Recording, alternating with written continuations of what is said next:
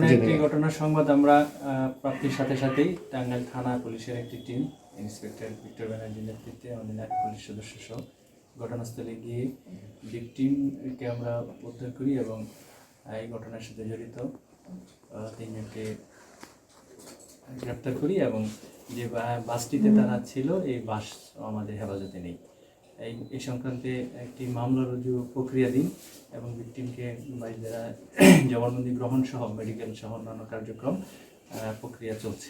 এই যে ঘটনাটার সূত্রপাত গত রাত 11:30টার দিকে ঢাকা থেকে ভিকটিম ঢাকা সাভারের রেডিও কলোনি থেকে তার গন্তব্যে যাওয়ার উদ্দেশ্যে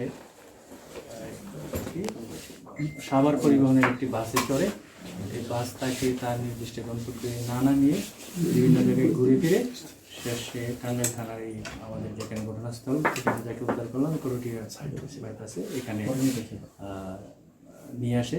পরবর্তীতে আমাদের প্রথমে হাইওয়ে পুলিশ নিকটস্থ কাছাকাছি দূরত্বে ছিল, তারা সংবাদ পায় বা তাদের কাছে সাহায্য চায় ভিকটিম।